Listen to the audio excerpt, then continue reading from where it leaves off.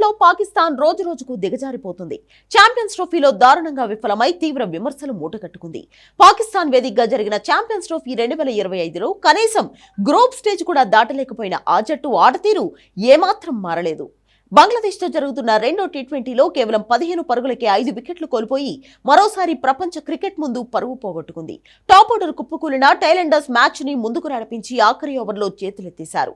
తొలుత బ్యాటింగ్ కి వచ్చిన బంగ్లాదేశ్ జట్టును పాకిస్తాన్ బౌలర్లు 20 ఓవర్లలో కేవలం 133 పరుగులకే కట్టడి చేశారు. జకీర్ అలీ 48 బంతుల్లో ఒక 4-5 సిక్సర్లతో 55 పరుగులు చేశాడు.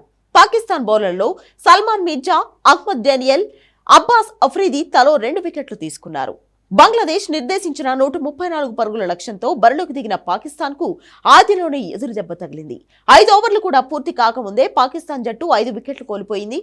ఒకానొక దశలో 50 పరుగుల లోపే ఆలౌట్ అవుతుందని అందరూ అనుకున్నప్పటికీ ఫాహీం అష్రఫ్, అబ్బాస్ అఫ్రీది పాక్ పరుగును కాపాడారు. వీరిద్దరూ 8వ వికెట్ కు 41 పరుగులు జోడించారు. 7 బంతుల్లో 13 పరుగులు చేయాల్సిన సమయంలో రిషద్ హుసేన్ బౌలింగ్ లో అష్రఫ్ బౌల్డ్ అయ్యాడు. దాంతో పాకిస్తాన్ 19.2 ఓవర్లలో 125 పరుగులకు ఆలౌట్ అయింది. లో స్కోరింగ్ మ్యాచ్ లో బంగ్లా 8 పరుగుల తేడాతో విజయం సాధించింది.